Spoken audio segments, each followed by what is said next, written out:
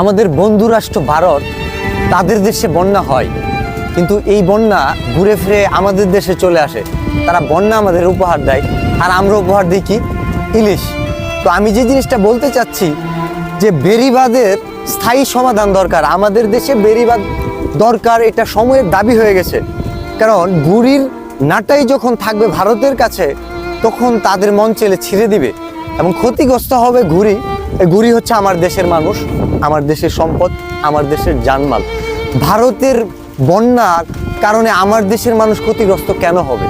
এই দায় আমরা কেন নিব? আমার স্বাধীন দেশ, আমার দেশ যদি সার্বভৌমত্ব পায়, এইখানে কি আমাদের কি এই সাধ্য নাই যে স্থায়ী একটা বেড়িবাঁধ সমাধান করার? অবশ্যই আছে। আমাদের ত্রাণ মন্ত্রণালয়, দুর্যোগ ব্যবস্থাপনায় যারা আছেন, এই যে প্রতি বছর দুর্যোগ হয়, বন্যা হয়, এটা আমাদের এমন একটা অবস্থা দাঁড়াইছে যে দুর্যোগ প্রতি বছরই হচ্ছে, বন্যা প্রতি বছরই আসতেছে।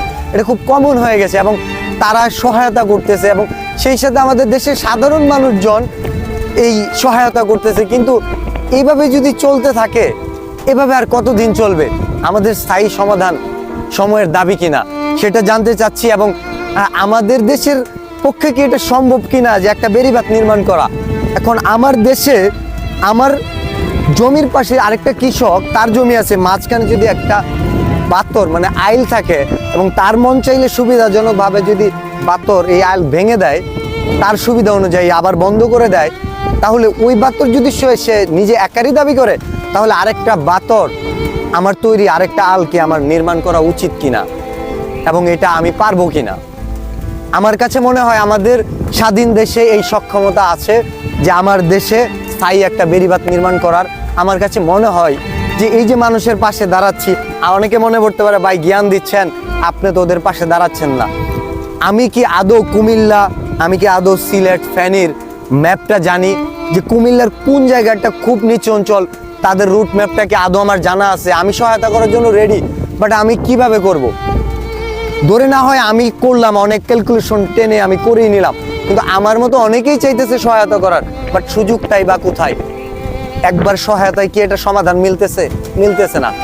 তো আমার কাছে মনে হয় যে এই বিষয়গুলো আমাদের দেশ যারা পরিচালনা করতেছে, যারা নেতৃত্ব দিতেছে, তারা এটা ভালো জানে, তারা এটা পদক্ষেপ নিচ্ছে। কিন্তু আমার কাছে মনে হয় যে খুব বেশি দেরি করার আর সময় আমাদের নেই। আমাদের আওয়াজ তোলার সময়, আমাদের কথা বলার সময়। এবং আমি কখনোই বলি না এই ভিডিওটা শেয়ার করে দেন, তো শুধু এই কথাটা বলবো, এই কথাটা শেয়ার করে দেন। ভিডিওটা না করলেও সেটা আপনি পোস্টের মাধ্যমে করতে পারেন, সেটা আপনি নিজে ভিডিওর মাধ্যমেও করতে পারেন। যে বেড়িবাঁধ নির্মাণ করাটা স্থায়ী সমাধান। আমাদের বন্যা নিয়ন্ত্রণ করতে হবে। আমার দেশের বন্যা আমি নিয়ন্ত্রণ করব, কিন্তু অন্য দেশের বন্যা আমাদের উপহার হিসেবে দিব এবং সেটার জন্য আমাদের দেশের জানমালের ক্ষয়ক্ষতি হবো, সেটা তো মেনে নেওয়া যায় না। বন্ধু রাষ্ট্র ভারতকে বলছে আপনারা এসব বন্ধ করুন, এটা মানবিক দিক থেকে চিন্তা করেন, আর আন্তর্জাতিক পর্যায়ে অপরাধ ট্রাইব্যুনালের জায়গা থেকে চিন্তা করেন না কেন? এই যে মন চাই বেড়িবাঁধ খুলে দেন, বন্ধ করে দেন আপনার সুবিধাজনকভাবে।